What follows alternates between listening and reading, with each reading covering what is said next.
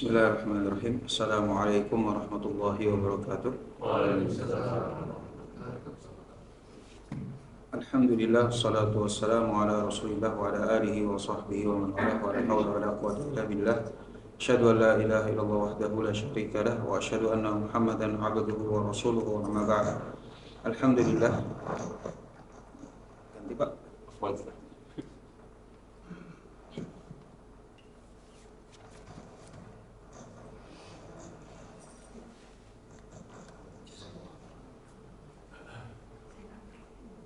Alhamdulillah Rabbil Alamin.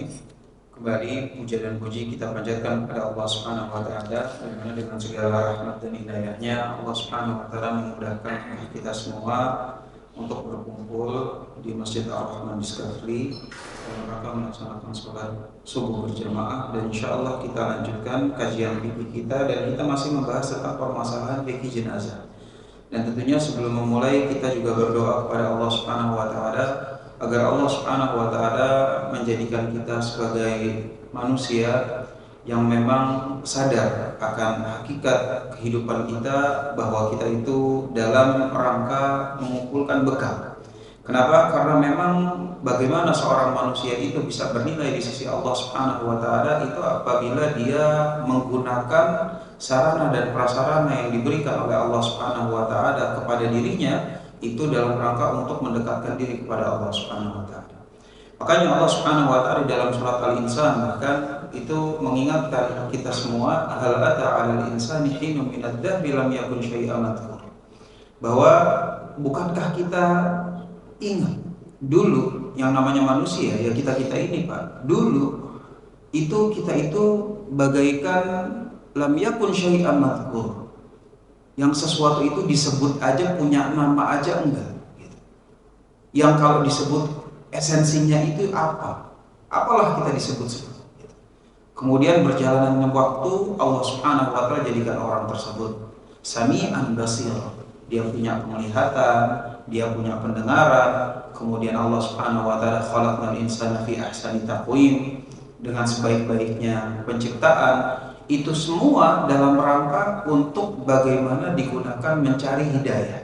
Jadi ketika Allah Subhanahu wa taala memberikan nikmat, mulai dari nikmat fisik, nikmat finansial, nikmat apapun, itu harus digunakan dalam rangka untuk menggali dan mencari hidayah.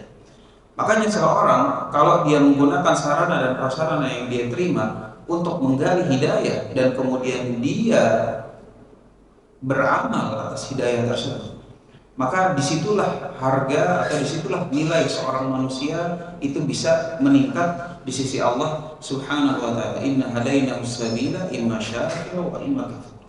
Makanya Allah Subhanahu wa taala kemudian tegaskan pada ayat yang berikutnya, nanti kalau misalnya seorang manusia sudah menggunakan bagaimana pendengarannya, bagaimana penglihatannya untuk menggali hidayah, kemudian dia beramal atas hidayah tersebut, dia bersyukur atas hidayah tersebut, maka inilah orang-orang yang insya Allah akan dijanjikan surga oleh Allah Subhanahu wa taala, dan kita berdoa mudah-mudahan kita ditulis sebagai hamba-hamba tersebut. Amin amin ya rabbal alamin. Jamaah sekalian yang dimuliakan oleh Allah Subhanahu wa taala, insya Allah kita masuk kepada pembahasan berikutnya setelah pada pembahasan yang lalu, yaitu tentang permasalahan salat jenazah. Dari takbir yang pertama sampai takbir yang keempat sudah kita bahas pembahasan fikihnya. Maka kita masuk pembahasan yang baru, faslun yustahabbu tarbi'u fi hamlihi.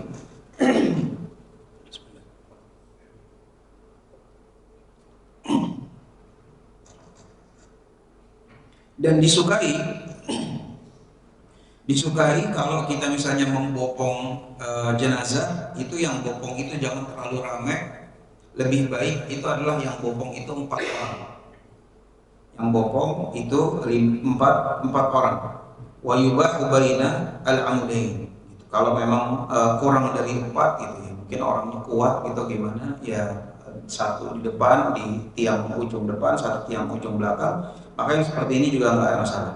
Tetapi kalau misalnya mau dibopong oleh 4 orang, maka yang seperti ini lebih disukai, tidak terlalu ramai dan juga tidak terlalu sedikit.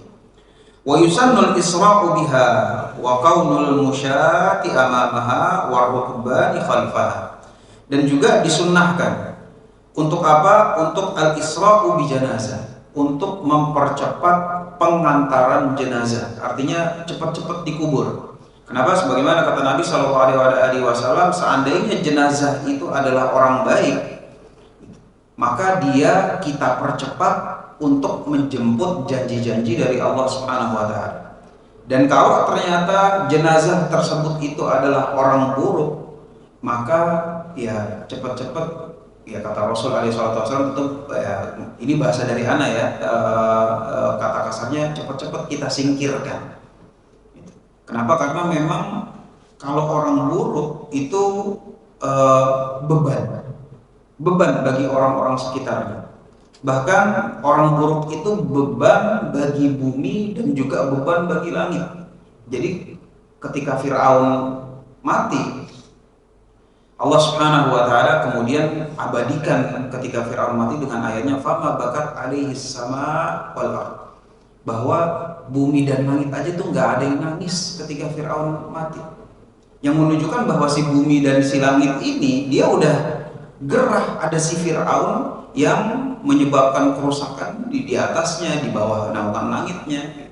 Makanya sebagian ulama menggunakan ayat ini, kenapa kalau misalnya kita sholat sunnah itu biasanya ganti tempat, ya kan?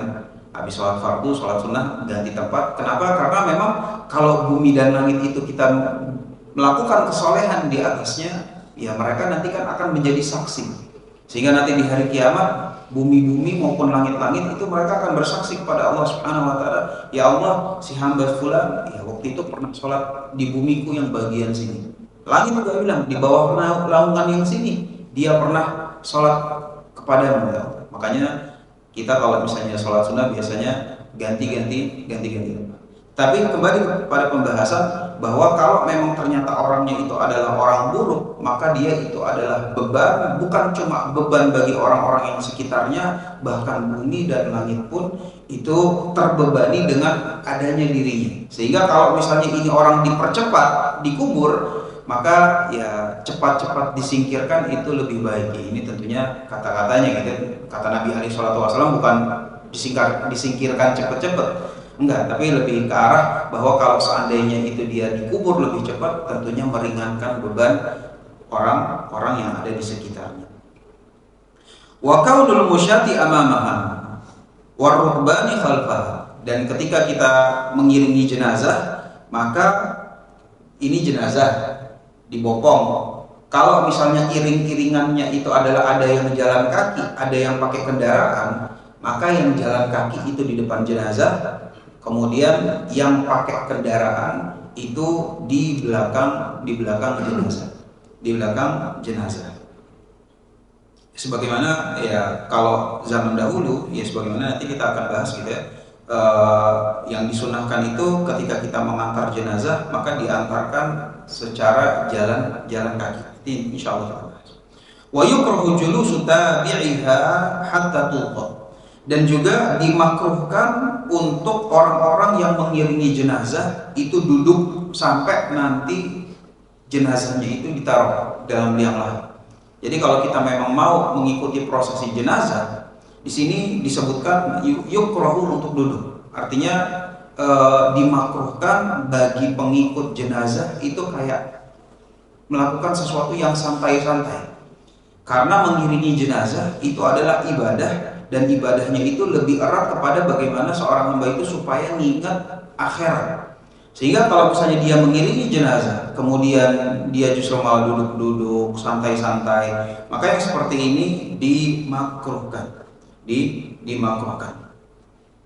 Kemudian wallahu afdal minasyak, dan bagi orang yang mempersiapkan lubang atau liang lahatnya, ya jadi kalau misalnya kita mau mengubur, maka ada yang namanya cuma lubang asal gali kemudian taruh.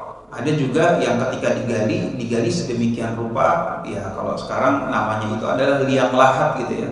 Dan orang-orang yang menggali kuburan itu udah tahu bahwa ketika menggali kuburan bukan cuma asal tanah dikerok terus habis itu untuk naruh jenazah, enggak. Tapi tanahnya itu digali, kemudian dibentuk sedemikian rupa supaya jenazah tersebut bisa ditaruh, ditidurkan biar kayak gini, ngadep ke sana ngadep ke sini, ini namanya yang ketika digali kemudian dibentuk sedemikian rupa, itu namanya liang lahat.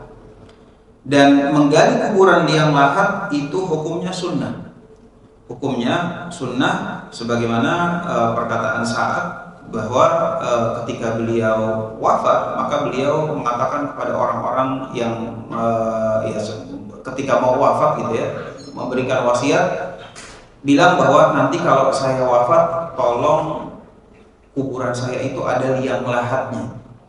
Ya mungkin kalau zaman dahulu belum begitu meluas gitu ya sunnah Nabi Shallallahu Alaihi Wasallam, ya maka diberitahukan, diajarkan pada saat bahwa ya kenapa, karena kalau Nabi Shallallahu Alaihi Wasallam ketika dikuburkan maka beliau ada liang lahatnya, ada liang lahatnya. Dan insya Allah kalau di Indonesia semua kuburan gitu ya nggak ada yang cuma lubang doang gitu ya, cuma lubang yang penting ditaruh gitu, enggak. Ya kita sama-sama tahu gitu ya, kalau kita misalnya menguburkan binatang dengan menguburkan manusia kan beda gitu ya, jenis galiannya pun juga beda, sehingga yang sedemikian rupa itulah yang namanya liang lahat. Dan liang lahat afdol minasyak, lebih afdol daripada cuma sekedar lubang.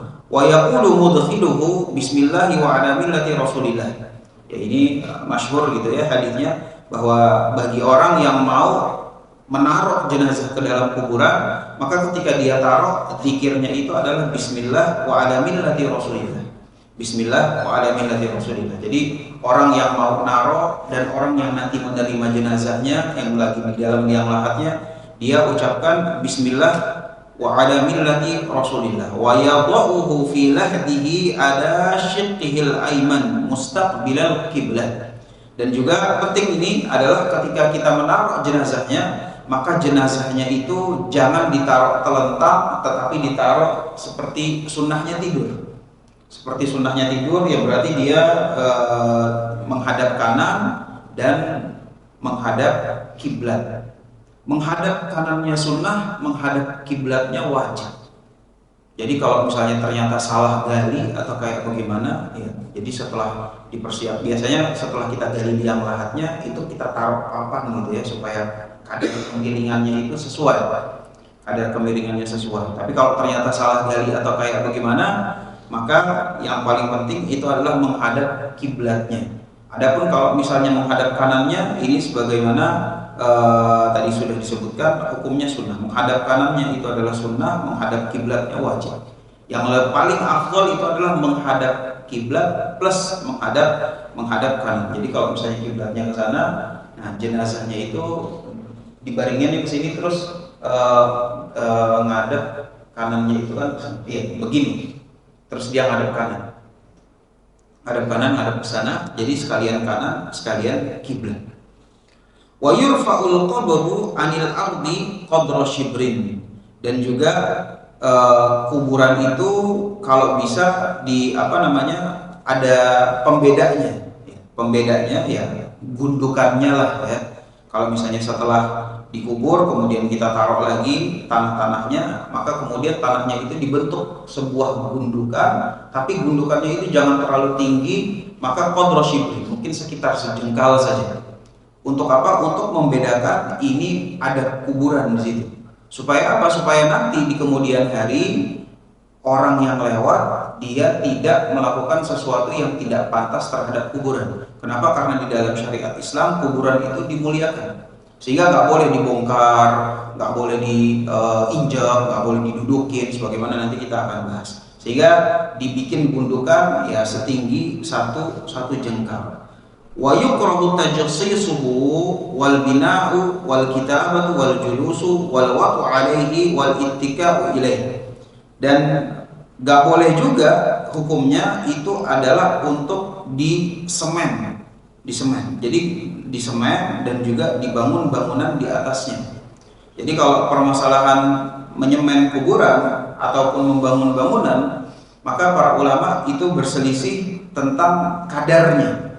Kalau memang kadar yang dilakukan itu adalah kadar seperlunya, kayak contoh misalnya kalau dulu kemarin itu sempat viral kuburannya Khalifah Dubai kalau nggak salah ya. Uni Emirat wafat, Kemudian kuburannya itu ya udah begitu aja, cuma tanah, gundukan, nggak ada nisan, nggak ada marmernya dan segala macam.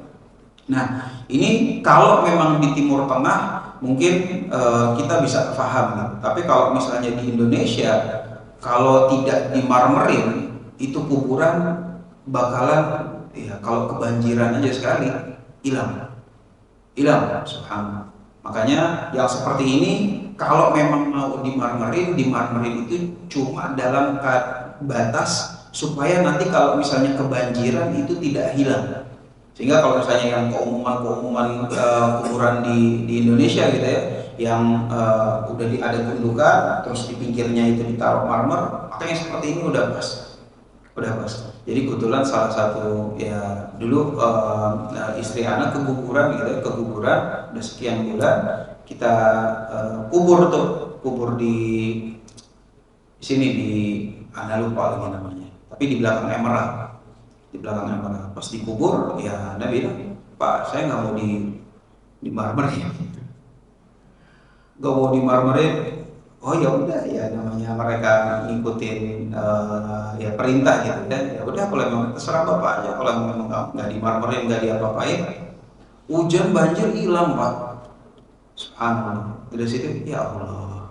Jadi sekarang kalau kita misalnya mau ngelayat, itu gundukannya udah nggak ada. Jadi ya kemungkinan hilangnya banyak gitu ya. Apakah ya hilang gara-gara hujan dan banjir? Apakah gara-gara tanahnya daur ulang atau dimanfaatkan kembali oleh ininya, si jenazahnya dipakai untuk nguburin jenazah yang lain. Nah gitu kita nggak tahu gitu. Pokoknya kalau anak kesana udah hilang aja kuburannya gitu. Jadi ya yang seperti ini menjadi pertimbangan. Yang menjadi pertimbangan itu adalah ketika kita mau menyemen, maka ya kalau disini kan dimarmerin gitu, itu untuk dalam rangka supaya jangan sampai hilang, ya jangan sampai tiba-tiba kuburannya diganti dengan jenazahnya orang lain, sehingga kalau kita nanti mau ziarah dan segala macam udah nggak ada bentukannya. Sehingga terkait permasalahan menyemen ataupun meninggikan kuburan, maka dia cuma dalam kadar tertentu. Yang kalau kadar tertentunya ini dilewati, maka dia masuk ke dalam perkara yang haram. Apalagi kalau misalnya sudah dibangun sedemikian rupa untuk sebagai ta'zim, sebagai pengagungan, supaya nanti membantu bagaimana peribadahan kepada selain Allah Subhanahu wa taala, waliyadzubillah. Maka yang seperti ini tidak diragukan lagi tentang keharamannya. Dan juga hukumnya nggak boleh untuk wal julusu wal waqtu alaihi. Jadi kuburan itu nggak boleh didudukin, wal ittika ilaihi, atau dijadiin tempat senderan, ya kan? Maka yang seperti ini nggak boleh. Bahkan hadits dari Abu Hurairah radhiyallahu taala anhu bahwasanya beliau bilang seandainya kulit ini dibakar sampai hangus, itu lebih ringan daripada kalau kita dudukin kuburan. Sehingga permasalahan mendudukan kuburan atau nginjak kuburan di atasnya, maka yang seperti ini haram hukumnya. Supaya apa? Supaya kita mengetahui bahwa memang betul Islam itu memuliakan kuburan. Artinya memuliakan orang mati layaknya memuliakan orang hidup, semuanya sama. Kalau misalnya orang hidup itu dimuliakan rumahnya, maka ya kalau misalnya sudah wafat juga sama. Artinya nggak boleh main asal dudukin, diinjak-injak dan segala macam. Maka ini tidak diperkenankan. Wa yahrumu fihi dafnu itsnaini fa aktsara illa li darurah. Dan haram hukumnya kalau kita itu menumpuk jenazah di dalam satu liang lahat. Apakah ditumpuk dua atau lebih, maka haram hukumnya illa li darurah, kecuali kalau keadaannya darurat. Kalau keadaannya memang udah nggak ada liang lahat lagi, kuburannya udah penuh dan dia harus dikubur saat itu juga, ya mungkin karena pertimbangan udah malam, udah segala macam, tempat kuburan yang lain jauh, maka yang seperti ini boleh langsung ditumpukin. Tetapi secara asal maka defaultnya itu adalah satu orang satu kuburan, satu orang satu liang lahat, dan jangan ditumpuk. Kalau ditumpuk maka itu hukumnya haram. Wa yuj'alu baina kulli ithnaini hajizun min turab, dan juga ya hendaknya ada pemisah gitu ya. Ada pemisah antara satu kuburan dengan kuburan yang lain. Wala tukrahu al-qira'atu 'alal qabr, dan membaca Al-Qur'an di kuburan tidak dimakruhkan. Jadi wala tukrahu al-qira'atu 'alal qabr, dan ini tentunya menjadi sebuah polemik gitu ya di tengah-tengah kaum muslimin tentang permasalahan bolehkah membaca Al-Qur'an di kuburan gitu. Kenapa? Karena memang di satu sisi Nabi Shallallahu Alaihi Wasallam itu pernah bersabda bahwa jangan jadikan rumah-rumah kalian layaknya kuburan. Maksudnya apa? Ya, kalau rumah-rumah itu dibacain Quran, gitu. Kalau kuburan jangan. Maksudnya gitu. Walaupun Rasul nggak bilang begitu. Rasul cuma bilang la taj'alu buyutakum maqabir. Gitu. Jangan jadikan rumah-rumah kalian itu layaknya kuburan. Maksudnya layaknya kuburan sepi dari ibadah. Sehingga di situ Rasul alaihi wasallam seakan-akan, ini kan namanya pemahaman kita bisa tarik gitu ya, bisa ditarik ke sana, bisa ditarik ke sini. Tapi bagi ulama yang mengharamkan membaca Al-Quran di dalam kuburan itu menggunakan hadis tersebut, bahwa ya udah ya kalau misalnya maksudnya kayak begitu, kata Rasul kan jangan jadikan rumah kalian itu layaknya kuburan. Ya artinya kalau rumah itu harusnya banyak ibadahnya, kalau kuburan itu nggak ada ibadahnya. Jadi kalau misalnya rumah yang nggak ada ibadah di dalamnya, itu udah layaknya kuburan. Dari situ bisa diambil bahwa ya udah berarti kalau ibadah di kuburan itu nggak boleh. Ibadah nggak ada ibadah selain melayang, selain ngedoain, selain ya udah itu aja. Sisanya maka nggak boleh. Nah, jadi hadis yang seperti ini pun ketika pertama kali diberitahukan kepada Imam Ahmad, maka Imam Ahmad pun berpendapat bahwa hukumnya bid'ah untuk membaca Al-Quran di kuburan. Sampai kemudian Imam Ahmad diberitahu sama orang radhiyallahu anhu itu kalau misalnya ke kuburan dia baca Al-Quran, dan juga dia menuliskan wasiat bagi siapa saja nanti kalau misalnya saya mati terus ngelayat saya, hendaknya saya dibacain Al-Quran. Maka sejak mendengar riwayat itu, Imam Ahmad rahimahullah ta'ala itu pun merubah pendapatnya yang tadinya membid'ahkan pembacaan Al-Quran di kuburan menjadi ya berarti hukumnya boleh, nggak ada pelarangan, nggak ada kemakruhan. Sehingga yang seperti ini karena memang ada dua riwayat yang berbeda, maka itu adalah menjadi sumber polemik bagi mereka yang tidak menganggap bahwa tadi riwayat Ibnu Umar itu valid. Ya tentunya dia akan bilang bahwa ya nggak boleh baca Quran di kuburan. Tetapi bagi yang menganggap riwayatnya valid, maka tidak ada masalah untuk membaca Al-Quran di kuburan. Wa ayyu qurbatin fa'alaha wa ja'ala thawabaha limayyitin muslimin aw hayyin nafa'ahu dzalik. Kenapa? Karena memang kalau misalnya di dalam pendapat jumhur ulama, maka yang transfer pahala itu nyampe.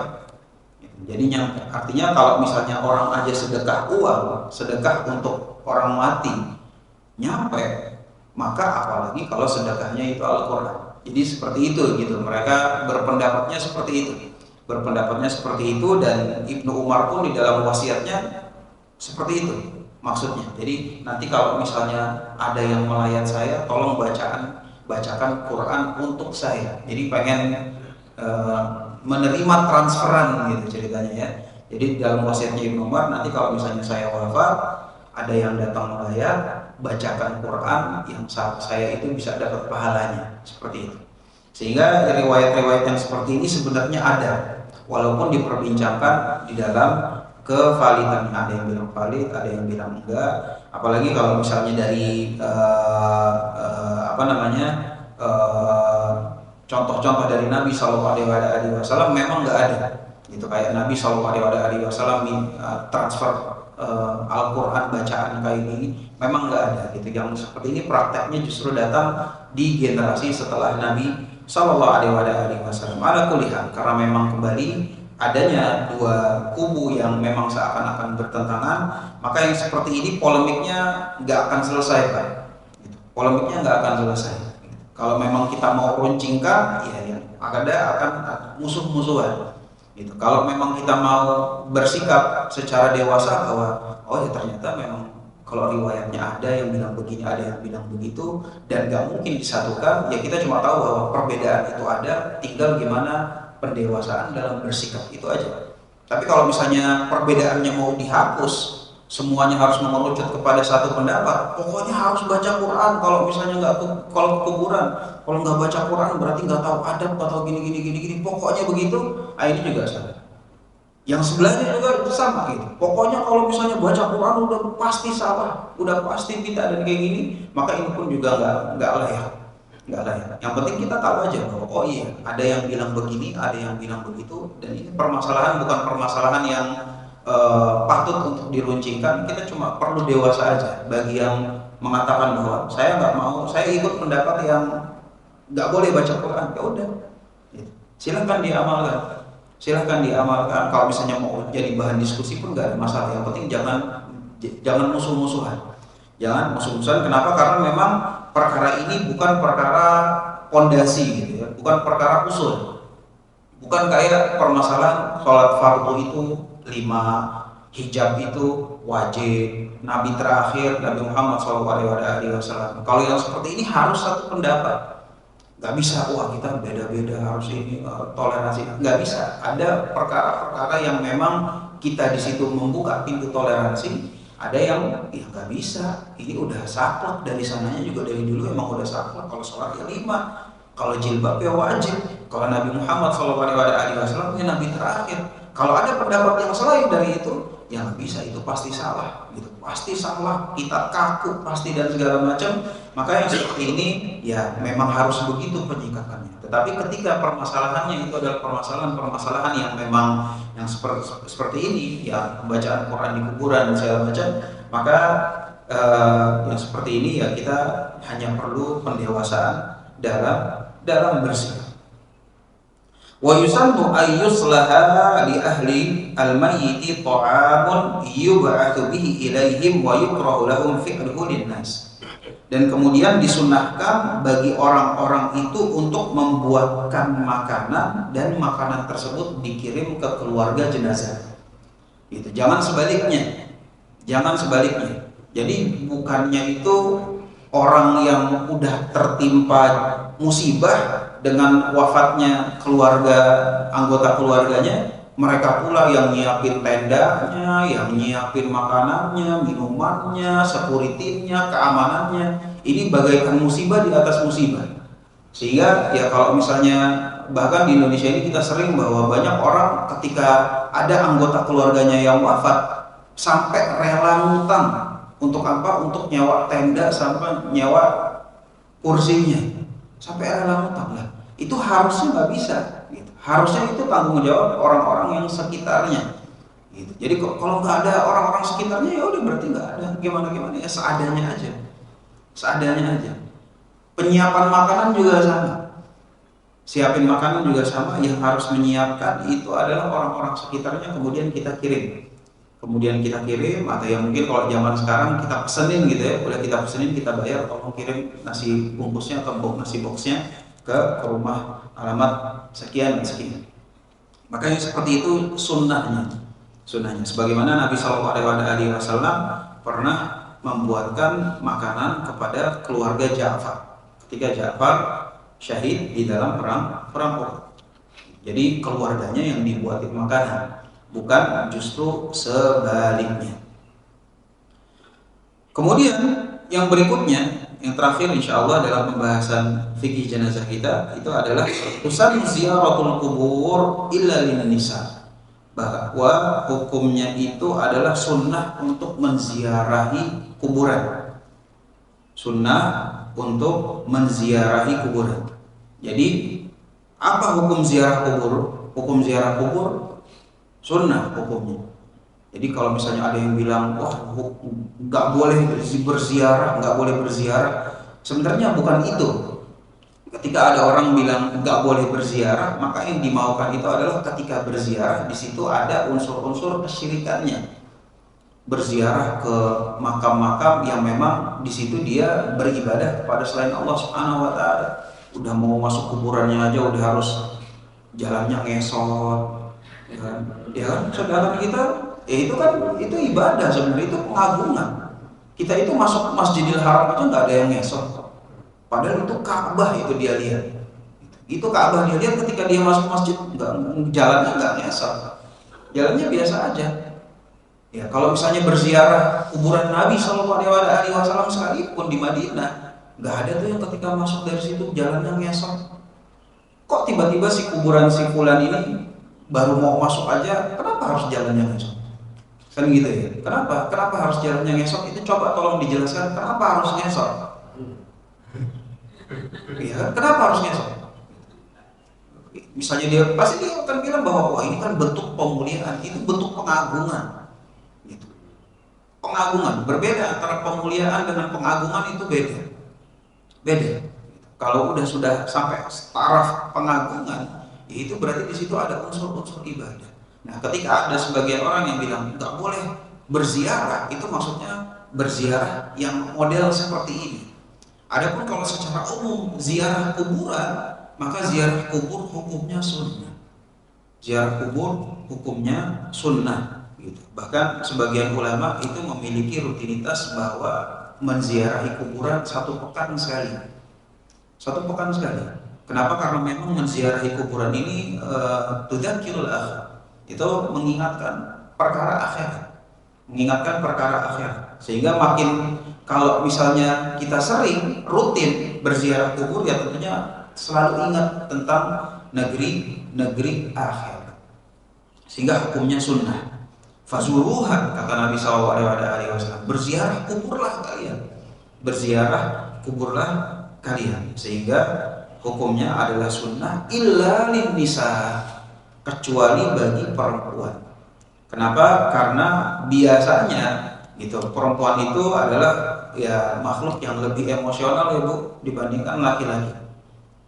Sehingga kalau misalnya perempuan itu mau menziarahi kubur, maka kuburan siapa? Misalnya kuburan anaknya, itu pasti dia nangis terseduh-seduh. Terkadang aja kita kalau sebagai orang tua, misalnya gitu ya, kita membayangkan kalau nanti misalnya anak kita meninggal duluan, terus kita yang ziarah kubur, saya aja sebagai laki-laki, sebagai ayah, aduh ya Allah, kayaknya nggak kuat deh. Kayaknya nggak kuat gitu. Apalagi kalau istri saya gitu, apalagi kalau perempuan gitu, mungkin copot kali jantungnya. Gitu. Dan subhanallah yang seperti ini kejadian. Jadi kalau misalnya adik saya itu perempuan, itu ya waktu itu belum tahu hukumnya gitu ya. Setiap kali ziarah kubur ke kuburan ayahku rahimahullah ta'ala, itu beberapa hari ke depan dia nggak mau keluar kamar. Dia murung aja, kerjaan ditinggalin, kuliah juga sempat ditinggalin, makan susah, apa susah, pokoknya murung aja di dalam kamar terus. Itu ketika setelah habis ziarah. Jadi emang kalau seperti itu di depan mata saya sendiri gitu, saya pernah merasakan gitu bahwa oh iya emang subhanallah efek bagaimana kalau wanita itu emosionalnya luar biasa, sayangnya itu beda gitu ya sama laki-laki. Kalau laki-laki kan ya udah kita mau move on aja gitu ya Pak, udah beres alhamdulillah, ya udah di sisi Allah Subhanahu wa taala. Tapi kalau misalnya wanita itu dia betul-betul memakai perasaannya, dan ini saya bisa melihat adik saya itu kalau habis ziarah kubur, subhanallah, itu kayak hancur dunianya, kayak hancur gitu. Dia nggak bisa ngapa-ngapain, mau apa-apa susah, mau ini nggak mau, itu nggak mau. Akhirnya setelah ya kita udah belajar apa segala macam, iya udahlah, dan paling gak usah diajak, Gitu, bukannya kita jahat, bukannya kita jahat, tapi mudaratnya memang lebih besar. Mudaratnya lebih besar. Udah didoain aja dari rumah, nggak usah gini-gini. Tapi aku pengen ikut nikah, udah nggak usah. Kalau doa, kalau misalnya mau ikut cuma sampai pelataran aja, ya silahkan. Tapi kalau sampai turun ngelihat kuburannya terus kemudian yang seperti ini, itu dia sampai ya seperti itu. Sebagaimana tadi sudah diceritakan. Sehingga untuk perempuan ziarah kubur bukan sunnah, bukan sunnah. Terus gimana sih? Ada yang bilang boleh, ada yang bilang makruh.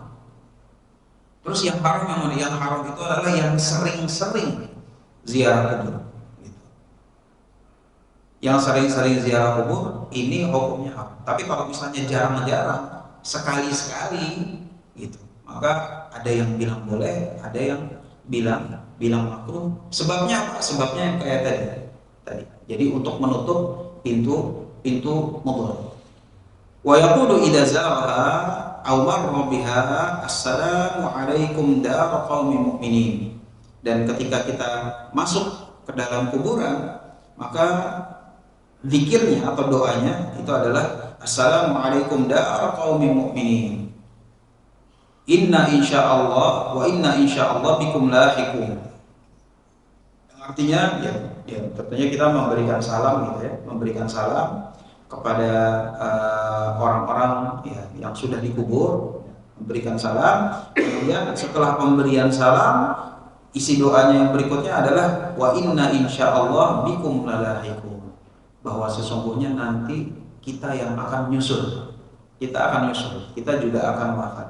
Sehingga di antara bentuk hikmah doa Nabi SAW diajarkan kepada umatnya ketika menziarahi kuburan itu adalah memberi salam kepada orang-orang yang dikubur, dan juga dia menyadarkan dirinya sendiri bahwa cepat atau lambat dia yang akan nyusul, Kemudian doanya yang berikutnya, yarhamullahu al-mustaqdimina minkum wal mustakhirin. Semoga Allah Subhanahu wa taala memberikan rahmat kepada kalian yang sudah duluan ataupun nanti yang akan menyusul. Nas'alullaha lana wa lakum al-afiyah. Semoga Allah kami meminta kepada Allah Subhanahu wa taala keselamatan. Allahumma la tahrimna ajrahum wa la taftinna ba'dahum waghfir lana wa lahum. Dan juga ya Allah, yang pertama diminta itu adalah al-afiyah, kami meminta keselamatan kepadamu. Kemudian Allahumma la tahrimna ajrahum, ya Allah jangan engkau halangi kepada kami kebaikan-kebaikan mereka. Sehingga di antara permasalahan yang paling besar itu adalah ketika kita menziarahi kuburan itu supaya ingat tentang permasalahan amal-amal jariah. Amal-amal jariah ini amalan-amalan yang akan selalu mengalir pahalanya gitu ya. Sehingga kalau kita misalnya ke kuburan itu kita langsung kepikiran kira-kira nambah amal jariah itu di mana ya? Ini gitu. Kalau permasalahan ibadah-ibadah mahdhah sih insya Allah udah otomatis. Ketika kita ziarah kubur, ingat akhirat, maka yang pertama kali muncul adalah harusnya saya itu bisa lebih istiqomah. Tetapi yang tidak kalah pentingnya adalah selain istiqomah kita harus nambah kantong-kantong amal jariah. Ini kira-kira kita mau nambah amal jariah di mana lagi ya? Kenapa? Karena memang inilah gitu. Bahkan Nabi SAW itu adalah tahrimna ajrahum. Kalau bisa kebaikan mereka itu ngalir terus. Jangan engkau jadikan apa yang mereka telah usahakan baik di dunia yang tadinya amal jariah itu di stop ya Allah. Ini bentuk doanya Nabi SAW. Kenapa? Karena saking berharganya itu amal jariah. Sehingga orang harusnya dia bersemangat dalam memiliki kantong-kantong amal jariah. Bangun masjid, itu amal jariah luar biasa. Bangun masjid luar biasa, masya Allah. Itu udah apa ya? Udah tabungan kualitas bagus lah. Bangun masjid, bangun sumur yang airnya dipakai untuk orang wudhu, masya Allah. Itu paling cepat, donasi-donasi yang paling cepat terpenuhi yaitu dibutuhkan donasi untuk sumur yang dipakai untuk wudhu. Wah, orang cepet-cepet. Bahkan kalau misalnya di masjid sebelah rumah saya itu ketika diumumkan masjid akan membangun sumur yang baru untuk keperluan fasilitas wudhu masjid, dibutuhkan dana waktu itu kalau nggak salah sekitar 80 berapa gitu, 80 juta lah. Itu baru 1 hari itu udah ada orang yang nelfon, Pak ini sumur kalau bisa donasinya nggak usah dibuka sama orang lain, biar saya aja yang nutupin sendirian. Ya kata DKM masjid, Pak maaf Pak harus bagi-bagi. Ini awal jariah bagi-bagi, gitu. Nggak boleh mau dia singkat sendirian dong. Kenapa? Karena bangun sumur jarang-jarang. Bangun sumur jarang-jarang, orang yang mau ikut berkontribusi banyak. Nggak bisa dia monopoli doang. Pokoknya coba saya doang semuanya, gitu. Itu saking semangatnya. Saking semangatnya orang-orang bagaimana untuk mengumpulkan kantong-kantong amal jariah, karena memang ketika Nabi SAW berziarah kuburan, itu aja juga diingat sama Nabi SAW. Diingat sama Nabi SAW. Kenapa? Karena memang saking berharganya. Wala taftinna ba'dahu. Dan ini juga penting. Pengingat yang berikutnya dari doa Nabi SAW, ya Allah, jangan engkau jadikan orang yang jasadnya sudah dikubur tetapi ternyata keburukannya itu masih tersebar. Keburukannya masih tersebar. Ya, makanya kita itu kalau misalnya ngomongin orang yang udah wafat itu harus perlu pertimbangan ekstra. Orang udah wafat ngapain diomongin? Udahlah gitu. Tapi ada aja orang yang seperti itu, ada nggak? Ada. Kenapa diomongin? Salah siapa? Ya mungkin kesalahan orang yang memang kesalahan dia, kesalahan orang yang sudah dikubur, salah dia gitu. Cuma sudahlah, kita itu jadi orang harusnya kan pemaaf. Ya, dia memang udah salah, tapi udah wafat, udah kelar, udahlah, nggak perlu diungkit-ungkit, kasihan. Dia udah akan mendapatkan sesuai dengan apa yang dia lakukan, udah dia amalkan. Nggak perlu kita tambah lagi keburukannya. Kita nggak perlu tambah-tambah lagi, kita ini dan segala macam, kita ingat-ingetin orang, wah dulu tuh dia gini-gini, ini kita jadi susah gara-gara begini. Udah, wala taftinna pada orang kalau yang udah masuk kuburan, udah dikubur, udah wafat, udah kita nggak perlu membicarakan keburukan mereka lagi, udah selesai, nggak perlu kita gibahin lagi, nggak perlu kita gibahin. Kenapa? Karena ya itu tadi, ya kasihan orang sudah insya Allah akan bertanggung jawab atas setiap amalan-amalannya. Waghfir lana wa lahum. Dan ya Allah, aku meminta ampunanmu untuk kita dan juga untuk orang-orang yang ada yang sudah dikubur. Dan di dalam menziarahi kuburan, maka menziarahi kuburan hukumnya itu ini penting gitu ya, jangan memakai alas kaki. Jangan pakai alas kaki, dilepas alas kakinya. Nah ini bentuk salah satu pemuliaan terhadap kuburan. Jadi kalau misalnya anak ngelayat gitu ya, masuk ke kuburan gitu, terus sepatu dilepas, baru nyeker. Ya kan ada jalan setapaknya ya. Kalau jalan setapaknya nggak ada masalah. Gitu, jalan setapaknya ya pakai sepatu, pakai sendal nggak ada masalah. Tetapi kalau udah masuk ke kuburannya, alas kaki itu dilepas. Alas kaki dilepas. Ini hukumnya sunnah. Kenapa? Karena untuk memuliakan kuburan. Karena Nabi SAW pun demikian. Ketika udah masuk ke kuburan, maka Nabi SAW itu melepas alas kakinya. Wah, bakal dilihatin orang. Ya, bakal dilihatin orang sih, Pak. Para orang bilang, ini kenapa sih Ustaz pada nyeker kan gitu ya? Ini kok nyeker sih gitu? Ini tanah belok dan segala macam. Ya, itu udah bagian gitu ya dari rangkaian ibadah melayat, ziarah kubur, ya pasti kaki kita kotor. Pasti kaki kita kotor, tetapi yang perlu diingat bahwa kita melakukan itu untuk memuliakan si kuburan supaya kuburan itu tidak diinjak dengan alas kaki. Sama lah kayak mau masuk ke masjid, kan nggak pakai sepatu gitu ya, nggak pakai sendal. Kenapa ya? Karena untuk memuliakan di sini ya tempat dilakukannya ibadah. Nah, kuburan pun juga demikian.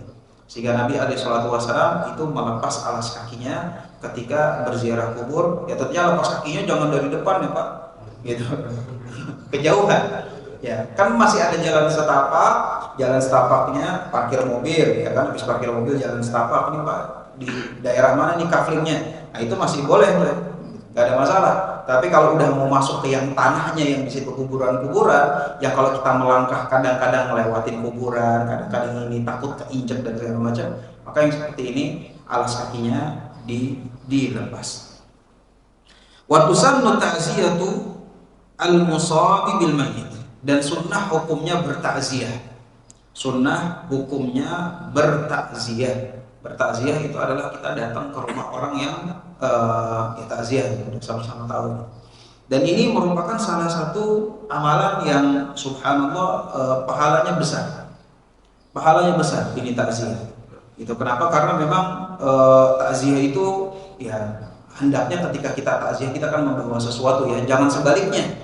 Ini takziah supaya dapat makanan gratis, nasi box, besek segala macam. Ini yang nggak benar, nggak benar. Harusnya kalau kita takziah kita bawa sesuatu, apapun itu, ya mau amplop kayak, mau makanan kayak, atau segala macam, ya. Atau setidaknya ya udah doa aja. Kita datang, kita salaman, kita doain, kita kasih nasihat sabar, Mas, yang sabar ya, mudah-mudahan sang ayah diberikan tempat terbaik, mendapatkan maghfirah, diluaskan rahmatnya dan segala. Nah ini nggak ada masalah. Itu setidaknya minimumnya. Minimumnya takziah. Kalau memang nggak bisa bawa apa-apa, ya udah kita bawa doa aja. Bawa kalau kita memang sudah berduka cita atas dirinya. Jadi watusan ta'ziyatul musabi bil mayyit. Maka sunnah hukumnya bertakziah. Dan subhanallah ada orang-orang yang memilih ya seakan-akan memilih dia masuk pintu surga lewat prosesi yang seperti ini. Setiap kali ada orang yang meninggal dia takziah. Mau orang dekat, orang jauh, ada aja subhanallah. Bahkan ya di kantor anak tersendiri gitu. Jadi atasan Ana gitu ya, bos Ana itu setiap kali ada karyawan yang meninggal, dia pasti datang. Walaupun sebenarnya karyawannya itu bukan di timnya dia, itu kan banyak tim gitu ya. Di tim orang lain sekalipun dia datang dan dia takziah. Dan kita dalam hati Anda bilang, ih lo aja yang ustaz gak takziah, ini dia yang bukan ustaz takziah. Itulah makanya Allah Subhanahu Wa Taala buka pintu-pintu kebaikan karena ya kita sendiri tahu gitu, nggak semua pintu-pintu kebaikan kita itu kayak Abu Bakar, kita itu pasti di depan. Ada yang kita itu, saya kurang di sini. Ternyata si fulan dia justru lebih di situ. Supaya apa? Supaya semuanya kita itu bisa masuk surga bareng-bareng. Dibuka pintunya, ada orang yang mau berjuang dengan tahajud, ada yang mau berjuang dengan sedekah, ada yang mau berjuang dengan puasa Senin Kamis, ada juga yang berjuang dengan untuk prosesi jenazah ini.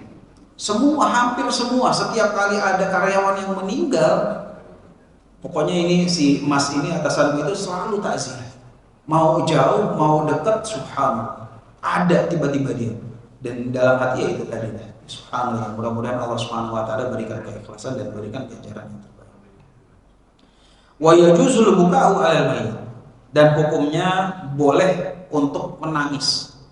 Jadi kalau misalnya ada orang yang meninggal dunia kemudian kita menangis, maka hukumnya boleh. Sebagaimana Nabi SAW pun pernah menangis ketika putranya Ibrahim wafat.